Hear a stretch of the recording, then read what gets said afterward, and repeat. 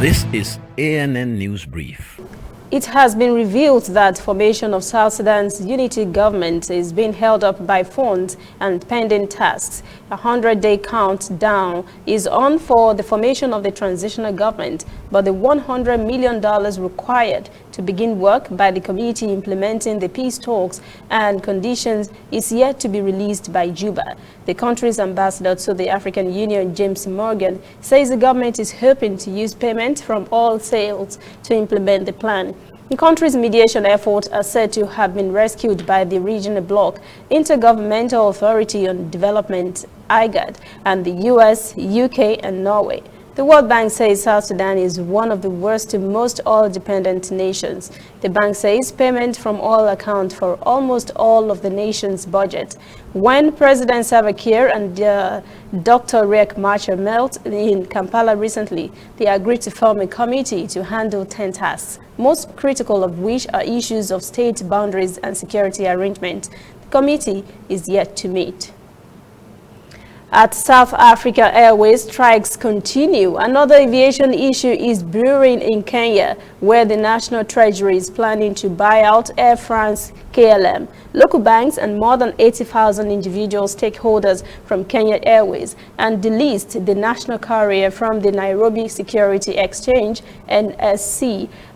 Transport Principal Secretary Esther Komait told Parliament the buyout plan follows the July vote in the House to nationalize Kenya Airways and save it from mounting debt. The Transport Ministry is working with the International Finance Corporation to recruit a technical expert to conduct a fresh valuation.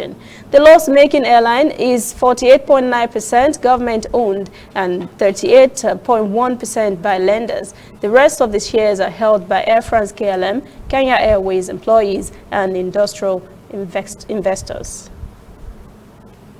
We'll be right back. Whether in your house, at your office, on your phone or online, we are there. We have the facts behind the headlines. We cut to the chase with the news you really need. We cover every angle. We are the bigger, better news network. We are African News Network. ANN. Watch ANN News on MITV from a truly African spirit. Delegations of women in Cameroon are visiting towns and villages to encourage women to run for office in the upcoming February local and parliamentary elections. Women make up half of the country's population, but less than a third of Cameroon's 180 lawmakers. They are also just 6% of the country's 380 mayors. A coordinator of More Women in Politics, Justin Difo, says men usually make the family decisions and do not allow their wives to be seen in public with other men. She says that impairs their participation in politics. Difo says the group has mobilized support for women not only to take part at the local and parliamentary elections by voting, but to be candidates themselves. Difo adds they are visiting all the council areas where the February 2020 elections will be conducted to ensure female candidates will not be rejected for not meeting legal requirements. Cameroon's political parties say they are working to increase the number of women to run for elected office.